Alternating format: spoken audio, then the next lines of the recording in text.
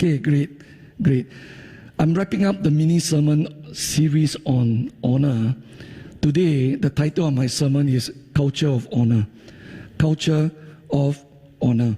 Now, in my last 3 sermons, I talked about the importance of honor, as in honoring God, honoring your father and mother, honoring governing authorities, and honoring the people around you, honoring people in general. Now, I actually went quite deep into this topic of honor. Okay, if you review your my 3 previous sermons, you realize that we dig rather deep into this issue concerning honor. Now, in today's sermon, I'll be talking about the practical aspects of honor. Since honor is so important, we got to ask ourselves, how do we create a culture of honor? Talk alone is useless, right? After talking about it, and if you are convicted about the importance of honor, we must think about how do we create a culture of honor? How do we make honoring God, honoring people, and honoring our words, obligations, and commitment an integral part of our life? How do we make honoring a habit such that it becomes a way of our life? When we interact with people, we instinctively respond to people and interact with people with honor, giving people honor, and hoping that as we create the culture of honor, as we honor people, people will honor us, and together we honor God. Okay, this sermon is all about creating a culture of honor. I want to begin today's sermon by sharing a few personal testimonies. Recently, a brother told me, Pastor, I would like to hear more of your personal stories. So today, I'm going to grant the wish of that brother.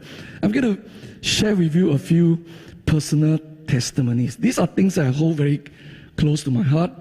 Certain things, it has been a long time, but I've not really shared some of these things. But I'm going to share some of these testimony concerning honor. Some of you may be pressurized after hearing some of these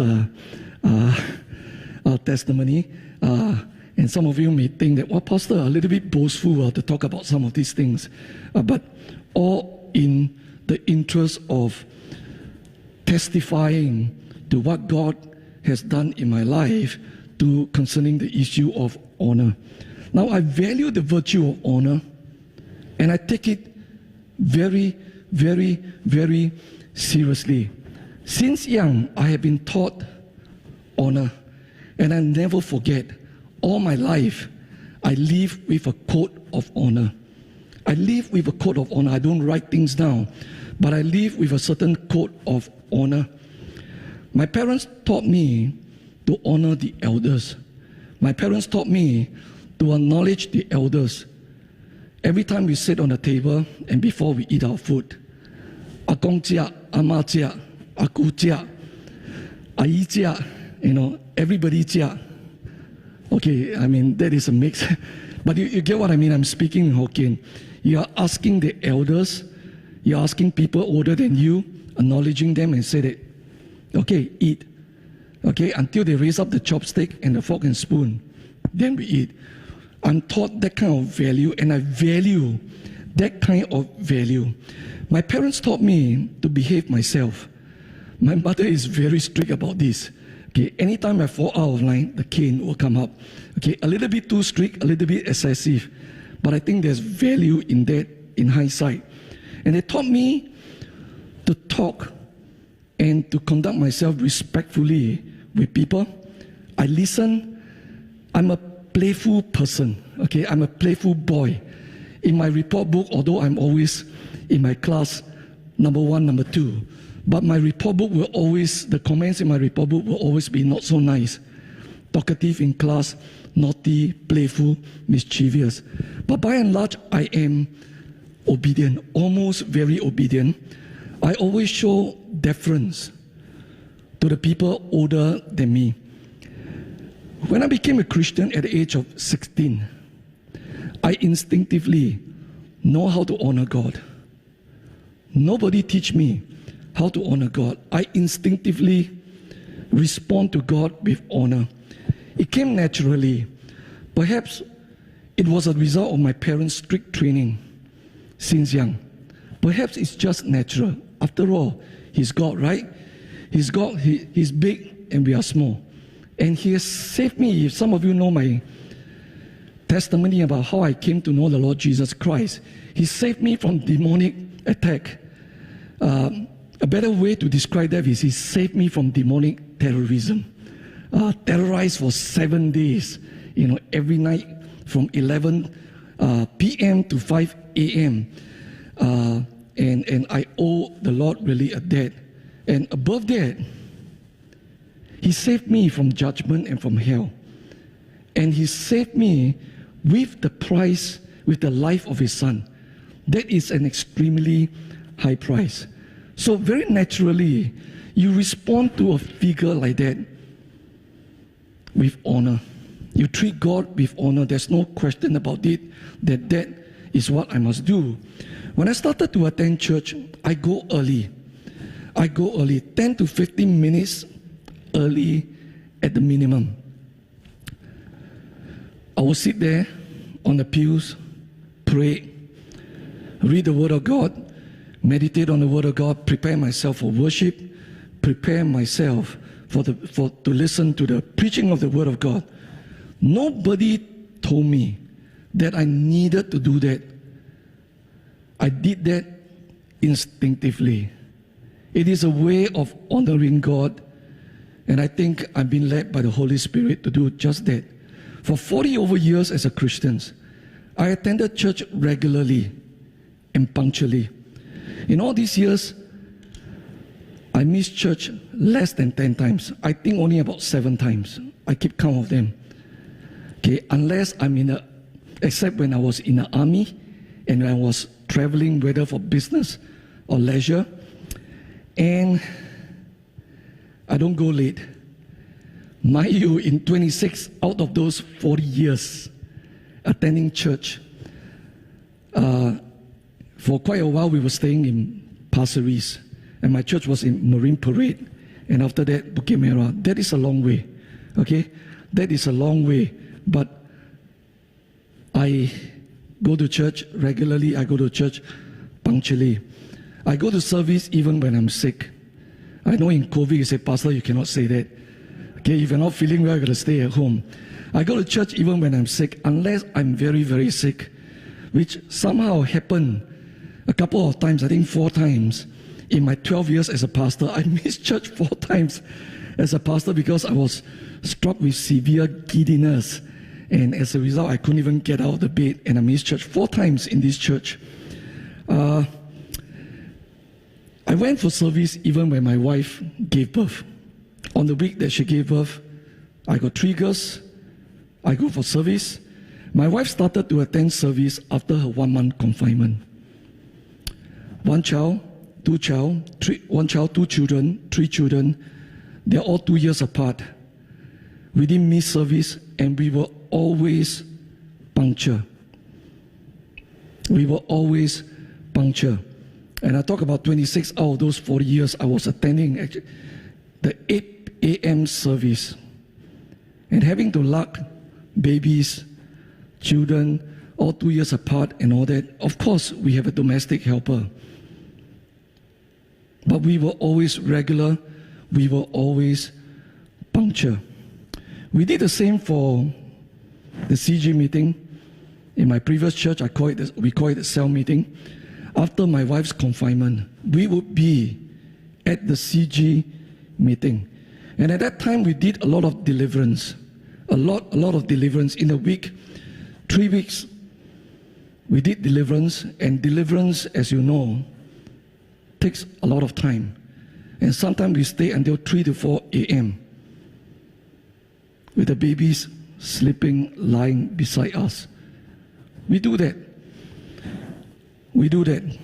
Some of you might say, well, Pastor, we don't have to be so legalistic. Let me tell you that this is not legalism. This is honor. This is honor. Honoring God, honoring the body of Christ, and honoring our commitment to God, Please hear me very clearly, okay? Please hear me very clearly. I am not asking you all to do that, although it is good. I am not asking you all to do that, and I'm not saying this to put pressure on you or to reprimand you. No, I'm just sharing my testimony. That was our conviction.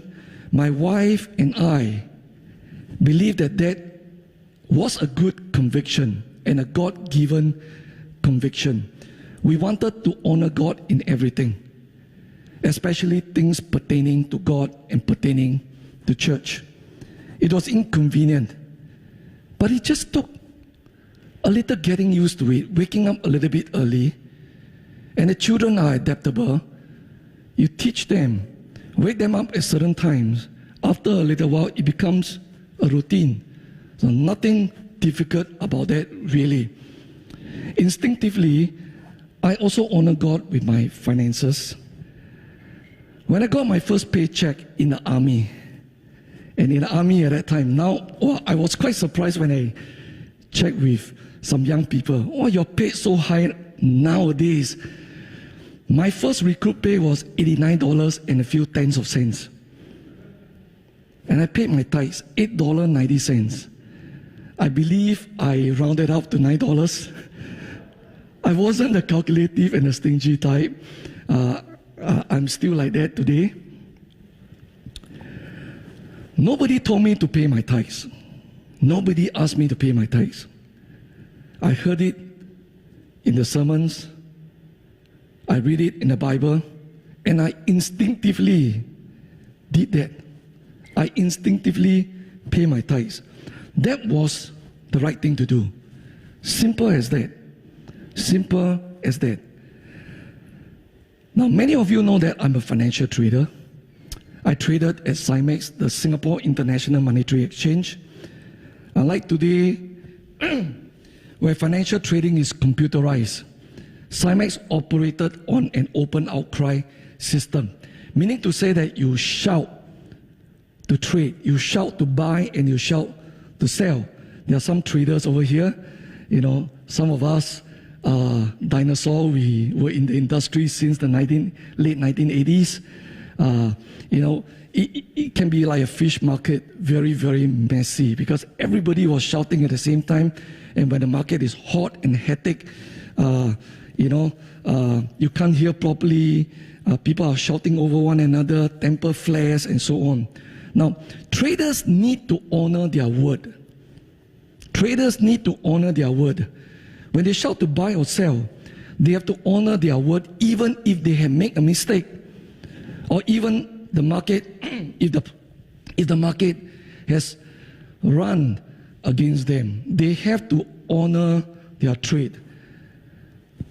But as you know, there were traders that were not so honest, and quite a number of them. And when money is involved, you can't expect that. Am I right to say that? I'm proud to tell you that I'm one of those traders who are honest. I always honor my word and my commitment. I was quite a big trader at that time. So sometimes a small mistake, a split-second mistake can mean thousands of dollars and tens of thousands of dollars. But I always honor my word. Fellow traders knew who the honest ones were and who the dishonest ones were. I honor my trade, I honor people. I was known as a man of integrity and a good Christian. At that time, anybody has any spiritual problem or emotional problem, people will refer them to me. Even if they are not Christians, they will refer them to me. Want to commit suicide? Refer them to me. Got into financial problem? Refer them to me. Any kind of situation, they refer them to me. My fellow traders honor me by voting me to be their representative to the prestigious board of CIMEX, the Singapore International Monetary Exchange. I was only 33 years old at that time. The youngest ever member of the CIMEX board. I still hold that record until today. Actually, there's no more Cymex after that. Anyway, so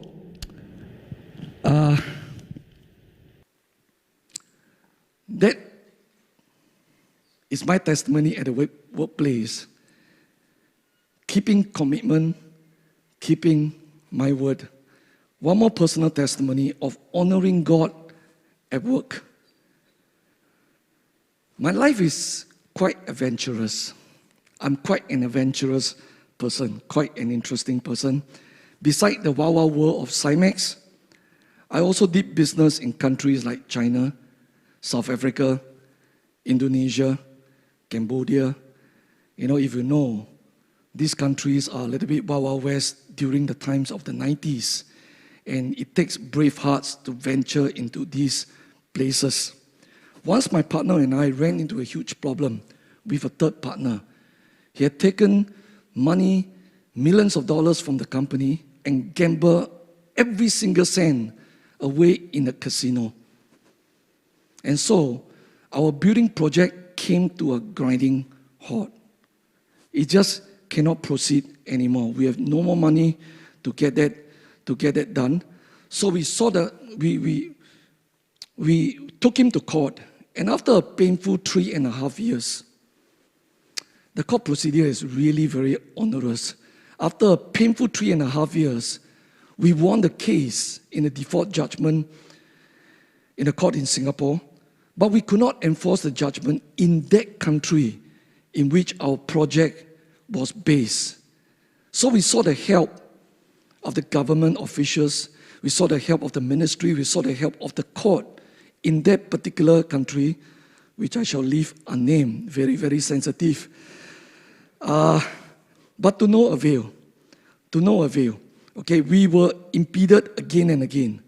The primary reason, as you know, is corruption. It is corruption. So one day, a minister from that country flew down to Singapore to talk to me and my partner. We were sitting at Raffles Marina. At that time, Raffles Marina was a new development, and we were sitting there as the sun was setting, and he said that we have looked at the court documents, we have looked at everything, and we know that you are the aggrieved party. We are willing to intervene, we are willing to help. However, there was a problem. He wanted money. He wanted money. My business partner, who was not a Christian at that time, was very gracious to me. He said this to me in front of that guy. He said, Les, you are a Christian, and I don't want to offend your God. So you make the decision. Whatever decision you make, I will go along. I will tell you that it wasn't a hard decision, but it was a very painful decision. It wasn't a hard decision, but it was a very, very painful decision. So I told the minister, I am a Christian and I cannot bribe you. I am a Christian, so I cannot bribe you. Call me straight, call me rigid, call me a young punk at that time, whatever it is. That was exactly what I said to the minister. He was shocked. He looked at me and he says, look, for 100 over thousand US dollars, you stand the chance of getting back 11 million Singapore dollars. You save your company and you refuse to do that. He said, young man, you are a stupid man. I remember that it was a reprimand. Young man, you are a stupid man. My dear brothers and sisters, the world may consider me to be stupid, but I make the decision because of only one reason. I wanted to honor God. I wanted to honor God. I could not bribe and at the same time be pleasing to the Lord. I cannot bribe and at the same time be pleasing to the Lord. It would not be right. It would not be right. In sharing some of these personal testimonies and experiences in the past, I wanted to see what honor is and how honor works. Okay? This is what honor is, and this is how honor works. Whether it is honoring God, honoring governing authorities, governing people, honoring people, and honoring your word and your commitment. My personal code of honor, as taught by my parents and as informed by the Word of God, dictates me to always do the right thing, which might not be the most pragmatic, which might not be the most convenient, which might not even produce the best outcome. Honor demands that you do what is right in the eyes of God, even if it means that you will be disadvantaged, inconvenienced, or you have to suffer a loss. That is what honor is, to do the right thing, to do the right thing. God is pleased when we honor Him. God is pleased when we honor governing authorities. God is pleased when you honor your parents. God is pleased when you honor your words, obligations, and commitments. Honor is important. Therefore, it is essential for us to seriously think about creating a culture of honor for ourselves, for the community that we are in, for our family. It is essential, not only important, it is essential to create a culture of honor for the sake of ourselves and for the sake of our children. You cannot depend on the world outside to do that. You can't. The world teaches the value of seizing every opportunity to produce the best and the most desired outcome. It doesn't matter how you do it, as long as you produce the result. That is the world. That is how even parents are teaching their children unconsciously or subconsciously. Get the result. Score the highest mark. It doesn't matter. Values doesn't matter. Character doesn't matter anymore. Results matter. Academic results matter. When they grow up, profits matter. Dollars and cents matters. Go for it. We have lost the sense of what values is all about. We have lost the sense of what honor is all about. Our culture celebrates success and result, not virtuous values and good characters. But on the other hand, God takes pleasure and delight in people with such qualities. Bear that in mind. Okay, bear that in mind. Let me tell you a story to highlight and emphasize the importance of honor, of having a culture of honor, rather. Lee Ellis was an American fighter pilot, during the Vietnam War. He flew missions over over northern Vietnam until his plane was shot down and he was captured. For the next 5.5 years, he was held as a prisoner of war in the infamous POW camp known as Hanoi Hilton. Some of you may have read, if you got into history, you may have read of this, Hanoi Hilton, an infamous POW camp. Now, during those difficult times, he and his fellow American soldiers were threatened, beaten, and tortured. They were frequently subjected to hunger and deprivation of the worst kind. Surprisingly, most of them do not betray their country. Most of them did not divulge sensitive military information. They were afraid. They were all afraid. Lee Ellis was afraid. But they display character. He witnessed how his senior officers carried themselves honorably, and he was motivated to follow their example. In his book, Engage with Honor, Lee Ellis made this comment. During the next 5.5 years as a prisoner of war, there were many days when my commitment to honor my country and my fellow men in the camp were the primary motivator that enabled me to live up to the military code of conduct and fulfill our mission, vision, and values, all summarized in 3 words: return with honor. Return with honor. I don't know about you, but I'm very inspired by these words. I'm sure most of you will be inspired by words like that.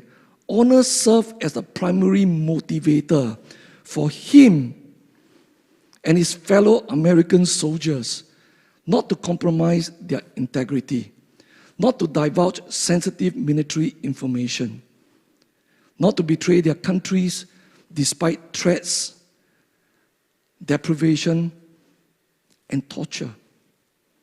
Lee Ellis and his fellow prisoners of war did not live for themselves. They did not care only for their own interests, but those of their country and their fellow countrymen. They were selfless and courageous and tenacious. They were willing to pay the high price of doing the right thing. They show character, all in the name of honor. Nothing else.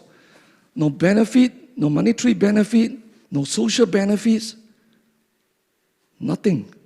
It's just because of one word: honor. They show character, all in the name of honor. Honor inspires and motivates people to be selfless, to be sacrificial, willing to lay aside their self-interest for the benefit of others, for the benefit of the larger community, for the benefit of the nations. Honor motivates and inspires people to be courageous, to be faithful to their duties, not giving in and not giving up. Honor motivates and inspires people to be tenacious and persevering. Honor motivates people to do the right thing, to be uncompromising, to be men and women of integrity. Honor inspires and motivates people to keep their words, to keep their commitments, to keep their promises. Honor inspires and motivates people to conduct themselves virtuously. Honor. Honor. Honor. What an important value, which is lost in our present culture. The question we want to ask is, how did Lee Ellis and his fellow American soldiers learn to conduct themselves so honorably? I mean, you cannot fake when you're in a prisoner of war camp. You cannot put up a show because you have no benefit. You're not there to impress people. You don't need to impress anyone. Everyone is in a plight, in a very dire situation. So, where did Lee Ellis and his fellow prisoners of war learn to conduct themselves so honorably? Now, elsewhere in the book, Lee Ellis attributed to his honorable conduct to his parents' influence, to his strict military training, to the culture in which he was raised. At that time, the American culture of the 1940s and 1950s, where honor is held in high regard, where people greatly esteem honor. So there was a culture of honor. There was an environment of honor. And Lee Ellis was brought up in that culture of honor. He was raised, he was trained with a culture of honor. He was raised and he was trained to live and to abide by a certain culture of honor. So can you see that it is so important to have a culture of honor? Creating a culture of honor is important in this present time of dishonor and disrespect. Christians ought to take this matter very seriously if we want to see biblical values practiced and passed on to the next generation. Now, I'm a keen observer of culture. How the culture of the world has infiltrated into the church so that a little at a time, bit by bit, over a period of time, the church has become more and more like the world. And we don't even know that we are sinking into a hole.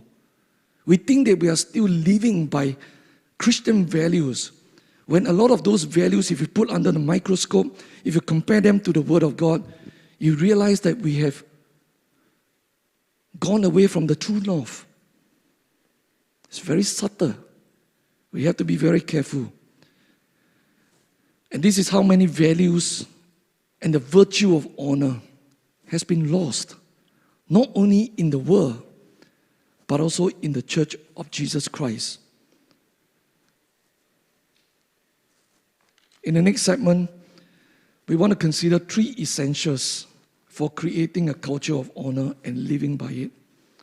Okay, in the next segment, we want to consider 3 essentials for creating and living by a culture of honor. 3 things. What are these 3 essentials? Number 1, set expectations. Number 2, demand accountability.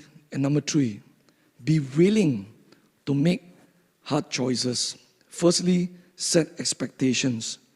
In creating a culture of honor, we must set expectations. We have to tell people that this is what we expect of you and how we expect you to conduct yourself. In return, people are obligated to try to meet these expectations. They must consider it their duty and responsibility to meet the obligations. They must be committed to meet these obligations. It takes 2 hands to clap. Now, God sets His expectation for Israel and the church in return for offering us salvation and blessings. Do you know that there's no free lunch? Salvation is by grace, but yet there's no free lunch. What you've entered into is a covenant. It's something that's more serious, more important than a contract. You don't break it. And a covenant means that there are expectations and there are obligations. And therefore, throughout the whole Bible, you read of commandments, precepts, instructions. Old Testament, New Testament, that's what the epistles were all for, the letters of Paul, Peter, Jude, John, that's what they were all for. Their expectations, God gave expectations, and then the people in return must fulfill their obligations. Although we cannot do that perfectly, God understands. As long as we are clothed in the flesh, we can never be perfect. But there must be the attitude that this is how we live. We try to live in that way by the grace of God. By the grace of God. We can't do it on our own. It's by the grace of God. To honor means to fulfill our obligation. To honor. Okay, before that, let me say this. God expects His people to worship Him in a certain way. God expects them to live and relate to one another in a certain way. And that is why there are the 10 commandments. There are those precepts, instructions that you read in the Bible, including the New Testament. To honor means to fulfill our obligation. We are obligated to honor God. Let's get this very clear, all right? You have no freedom of choice. You're obligated to honor God. By the 5th commandment, we are obligated to honor our parents. It doesn't matter how your parents are. you're obligated to honor your parents. Workers are obligated to do their work as defined by their job scope. Students are obligated to study hard. When you give your word, you're obligated to honor your commitment. When you set expectations, you must also inform people accordingly. Sometimes trainings and instructions are needed. Give you one example. God commanded parents to teach their children concerning His words. God actually commanded parents to teach their children the Word of God. You can't relegate that to the Sunday school, to Rock Kids, or to other avenues, to the schools. You can't. It is a job and the duty and the responsibility of parents to train their children in the word and the fear of the Lord. Deuteronomy 6:6-7. And these words I command you today shall be put in your heart. You shall teach them diligently. Not only teach them, but teach them diligently. And you shall talk of them when you sit in your house, when you walk by the way, and when you lie down, and when you rise. Meaning to say, you teach them all the time. You teach them every day. You teach them with every given opportunity. You keep talking and talking about them.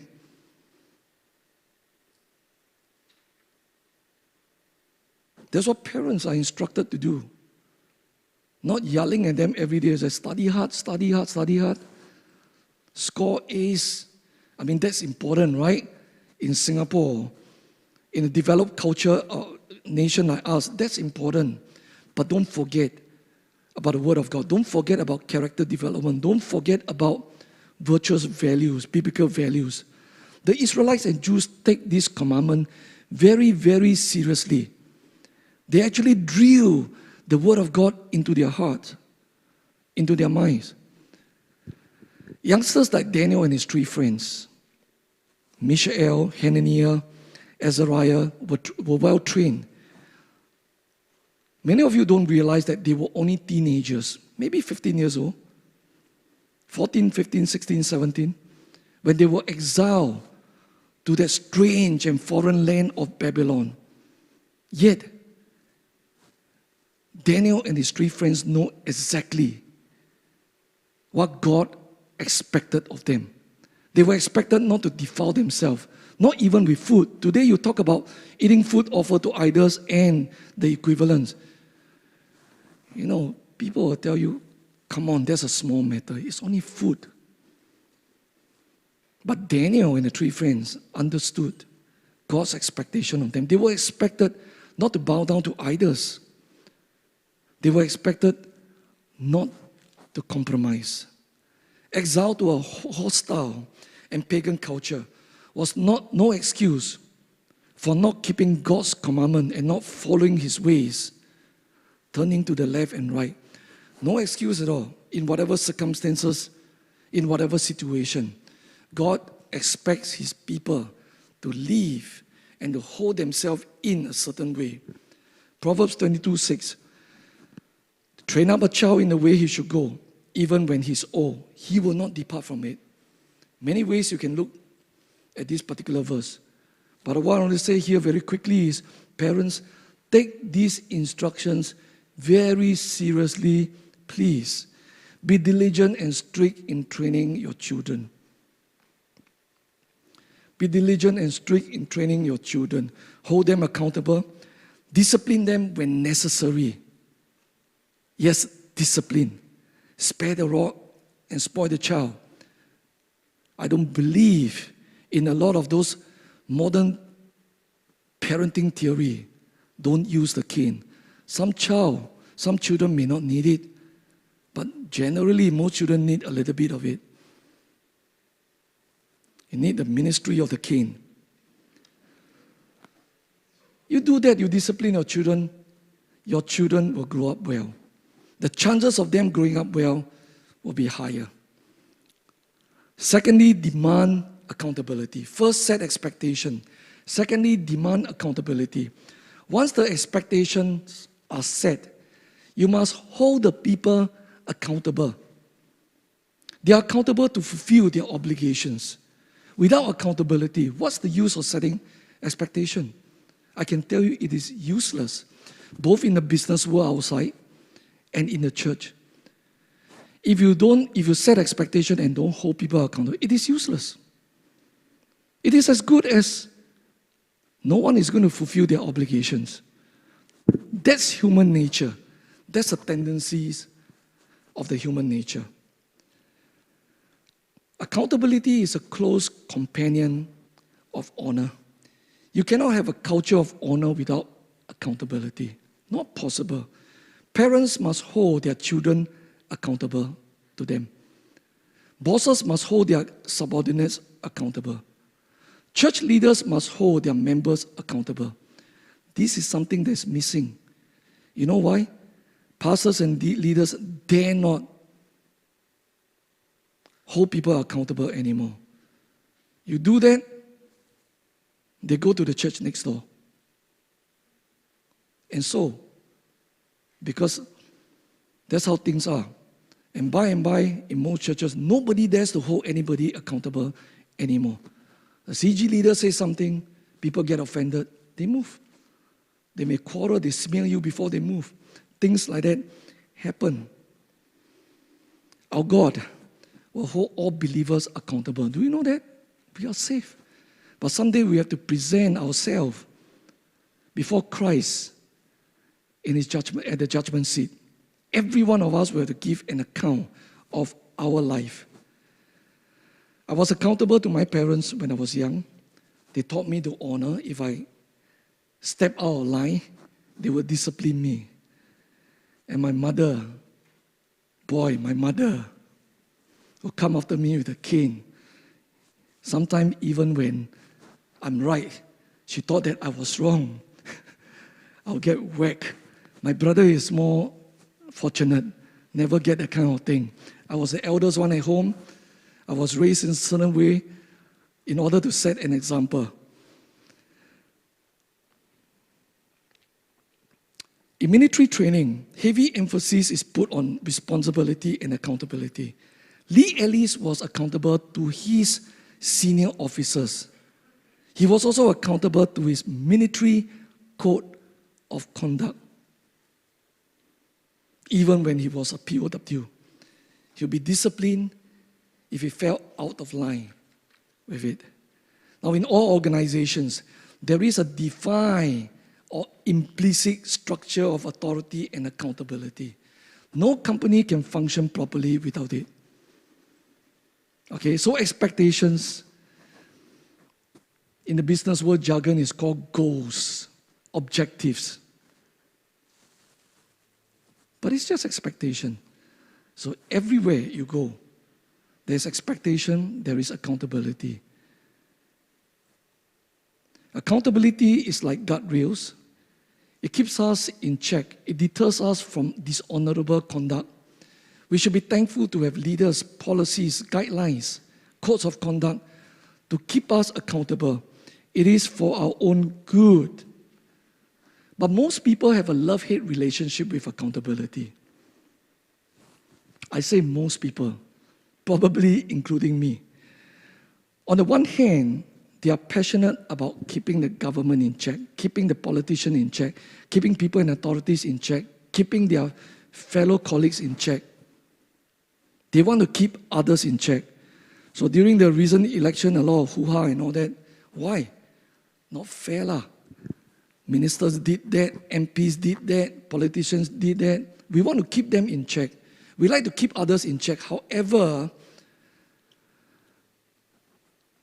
when it comes to them, accountability seems like a bad thing. They view it negatively. They see it as bureaucratic. It stifles innovation. It stifles creativity. It stifles workflow. It stifles a million and one thing. So they didn't want it. On the one hand, they want it. On the other hand, they don't want it. When it applies to other people, they want accountability. When it applies to themselves, they don't want accountability at all. Over the years, I've heard complaints from churchgoers. Okay, I mean, I've been a Christian for 40 over years, right?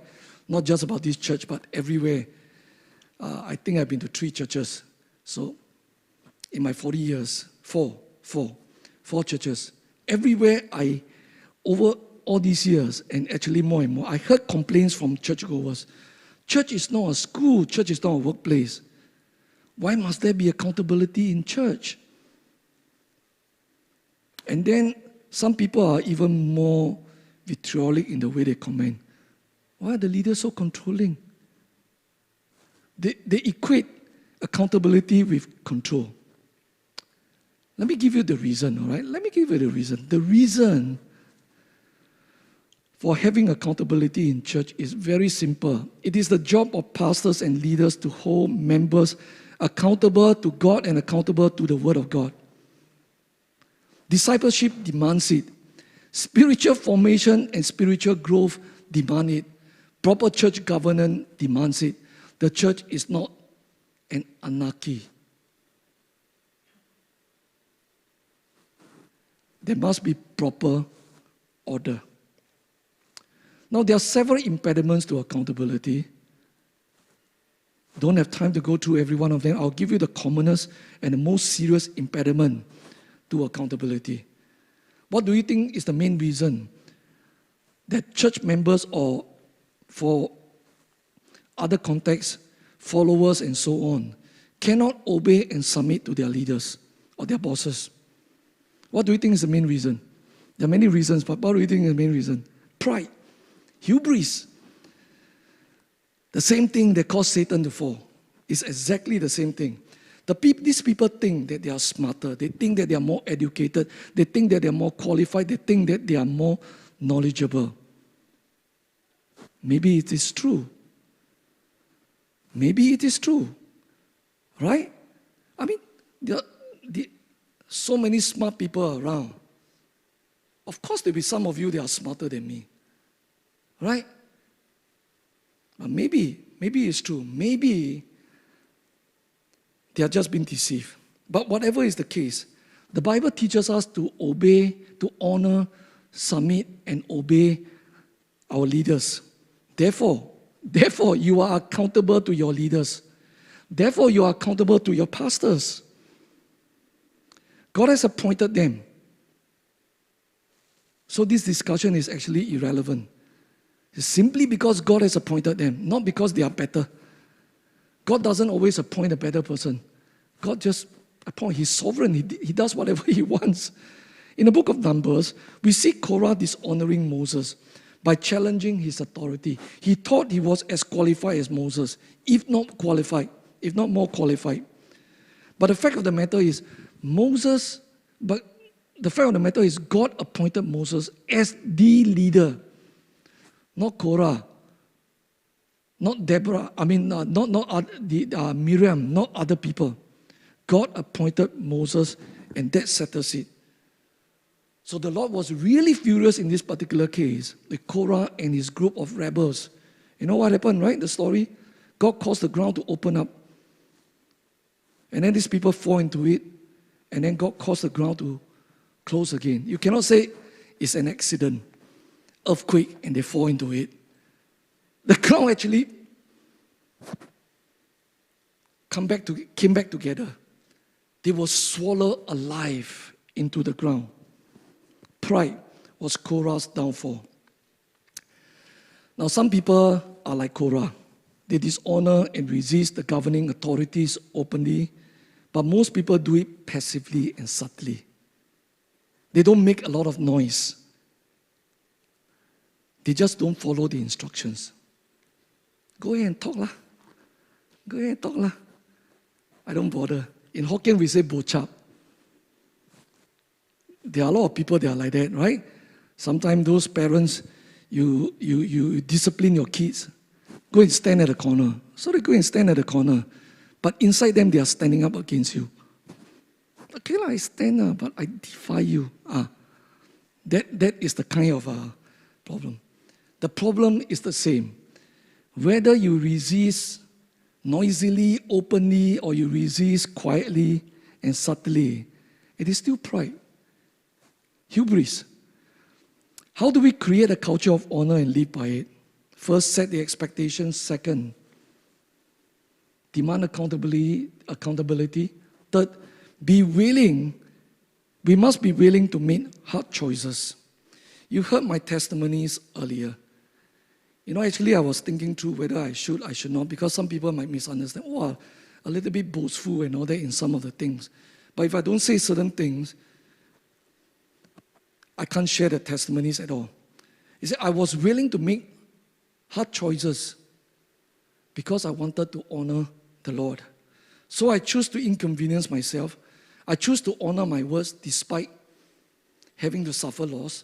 I choose not to bribe so that when I could recover a big sum of money by doing so. It's a matter of choice to do the right thing. Lee Ellis chose to honor the military code and stay true to his training despite threats and torture. That was what Daniel and his 3 friends did. Every time they were put in a dilemma, obey the king or obey the Lord and suffer the consequences. Obey the king, everything will be fine. Obey the Lord, you will suffer terrible consequences. But they choose to honor the Lord by standing firmly on their biblical foundations. They refused to take the food from the king's table because it would defile them. Daniel's 3 friends refused to bow down to the statue, even though they were threatened with death, being put into a fiery furnace. Daniel and his 3 friends were willing to make hard choices.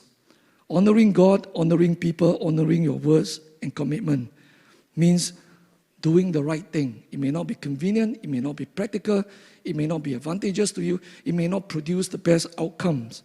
Worse, you may need to pay a high price. But an honorable person will do the right thing despite all these other things.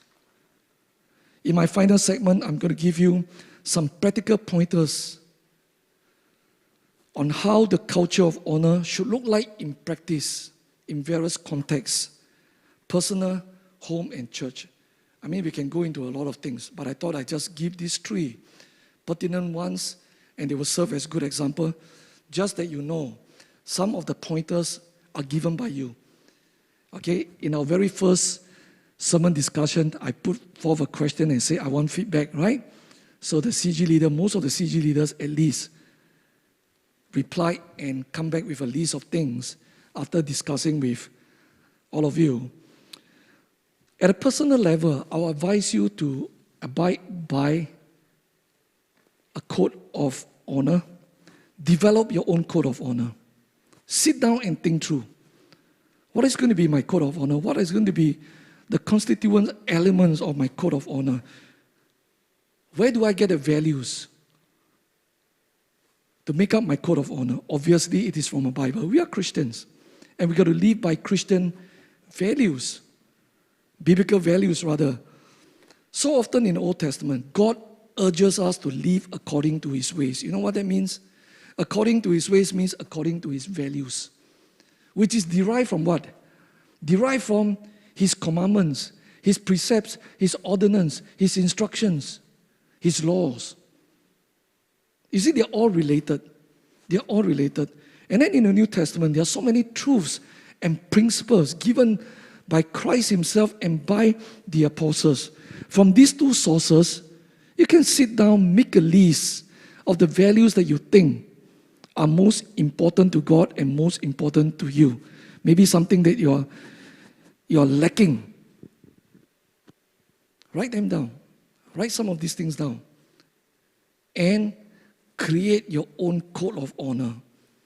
And then after that, you decide and resolve to live by the code of honor. If I can do it since young, you can do it. Everybody can do it. There must be a sense of purpose in your life. And what's the biggest sense of purpose? I live for my Lord. I live for Christ. I live for God. And the encompassing thing at the end of the day is to honor Him. by anyone. Remember the verse in Leviticus, by anyone that comes near me. What does God demand? Honor. Honor. God demands reverence. God demands honor. Always remember that honoring people, honoring your words, honoring God, honoring your commitments, your obligations, and so on, means to do the right thing. You must write this particular point down. Means doing the right thing despite the cost, the sacrifices, the pain. Okay, doing the right thing. I talk a fair bit about honoring our father and mother in 2 out of my last 3 sermons, but not the how to do it. So I'm going to talk a little bit about that, okay, quite briefly. So what are the ways to honor our parents? What are the ways to honor our parents? For children and youth, you honor your father and mother by obeying them. Simple as that. You honor your father and mother by obeying them. Ephesians 6:1-2. Children, obey your parents in the Lord, for this is right. Honor your father and mother. Okay, now I want to address the youth, the young people. To the youth, let me say this. You are growing up and you are beginning to know and understand more things. This is also the age where you're beginning to exert your will, flex your muscle a little bit. You're beginning to have your own opinion about things, and you find that in certain things, your opinion seems to be quite different from your parents. Not because you're rebellious, okay, not necessarily because you're rebellious. Your opinions are different. Why? Because you're growing up. You're seeing things from different lenses. Okay, you're educated in a certain way in school and so on. So there are many, many influences that you filter your opinions and therefore you may disagree with your father and mother on some of these issues. It is a natural process of your development into adulthood. Nevertheless, obey your parents. You may think that you're smart. In school, I learned about this, My parents, years ago, they don't learn about this thing. But let me tell you something. They eat rice more than you eat what? Salt. No, they eat salt more than you eat rice. They eat salt more than you eat rice. What I'm trying to say is that in terms of life experiences, they have. And therefore, you may be smarter, but they will always be wiser by virtue of their life experiences. And God is very clear in the Word of God. Therefore, obey your parents. Obey them because God has put you under their cover to protect you until you are ready to live life independently as an adult. I mean, there's no fixed age like 21. Oh, I got wings and I fly. No, But you understand what I'm saying. Honor them for your own sake because they are your cover. Parents of young children and youth, let me say this to you. Make sure you maintain a culture of honor and respect in your home. Make sure you maintain a culture of respect and honor in your home. Don't compromise on it. You're my children, respect me. Respect your spouse. Respect me, respect your mother, respect your father. Insist on the culture of honor at home. Discipline them when necessary. Flex your authority if they go out of line. You have to. Not with your grown-up adults, children. I'm talking about youth and especially children. Never allow your children to climb over your head. If you don't train them to honor you when they are young, they will not obey you. It is a myth to say that discuss with your young children. Talk and help them to understand. Do that. But I realize that it's not that effective. Kids don't understand everything because they got very little knowledge in their reservoir of understanding. That's why God gives commands. Certain things you command your children. This is what you do. And you demand respect, you demand honor. Okay, otherwise, when they go to the teenage, it'll become worse. I've seen good Christians, good sincere Christians, by the time their children go into teenage and they are saying, why is my children so rebellious? Why is your children okay? You teach them to honor and to respect you and your wife and your husband. And they'll grow up with that sense of honor ingrained in them. So that when they become adults, the tendency is that they will honor you. If not, the tendency is that they will dishonor you. For the adults' children, for the adults rather, here are a few ways you can honor your parents. I feel like I need to say this because I'm seeing how some old people are not treated as they should, okay, even in Christian families.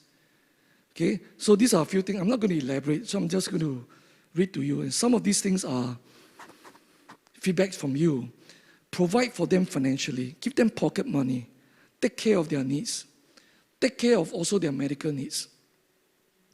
Medical bill can be very heavy nowadays. Don't say they have 3 brothers and 4 sisters, and therefore you look at one another and you know, who's going to come out with this? Sit down and talk and discuss and do your part. Okay? Do your part. Take them into your home and care for them. Especially if one of your parents have died and they are living alone. I mean, how can you have 3 siblings and the old lady or the old man is living alone and you don't take them into your home? I mean, there are many cases like that. It's not right. It is just not right. I think it pains the heart of God.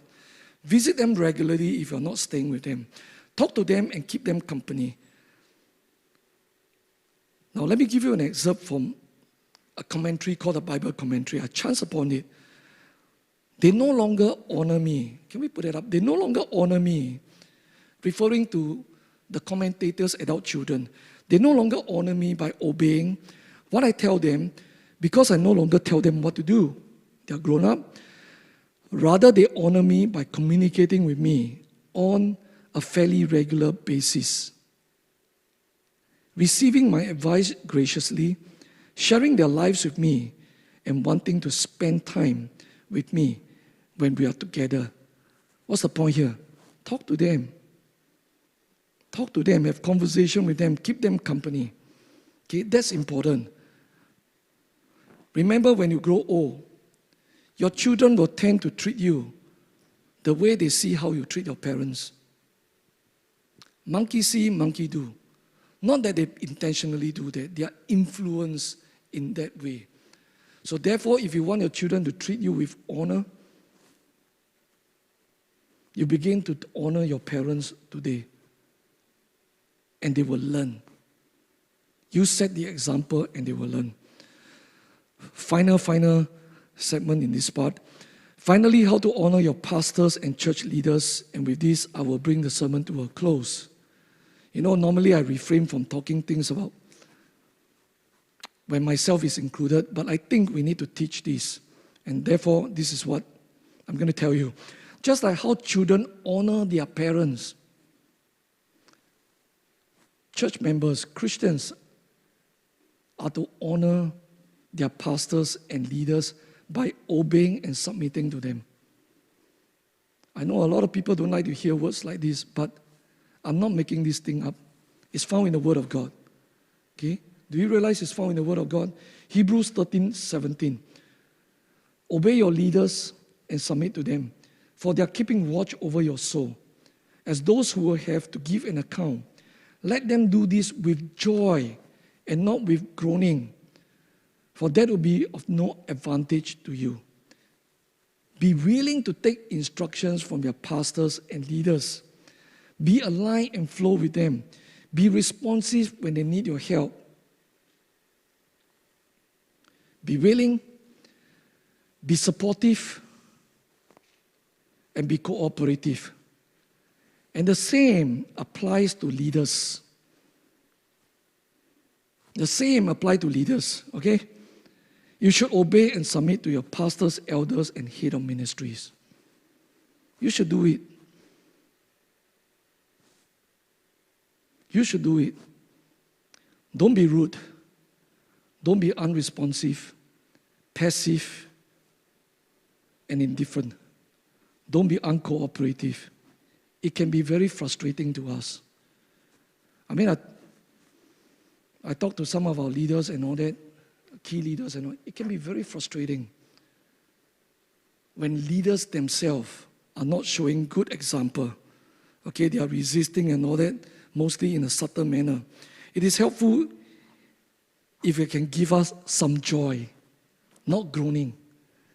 Okay? Give us joy, not groaning. The next few pointers are given by you all, okay? It's taken from the notes sent to me.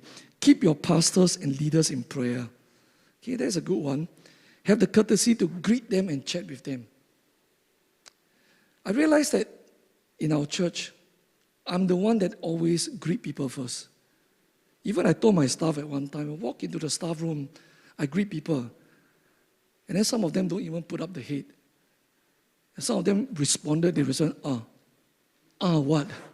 I say good morning, I think it's good when you say good morning and so on. Affirm and encourage them. Okay, affirm and encourage them. Show them appreciation. Okay, these are all your words. Show them appreciation. Well, one leader even put a suggestion there to say that we should have a point system. Every time they show appreciation, give them a few points. And then when they reach a certain level of points, give them cash vouchers or NTUC vouchers.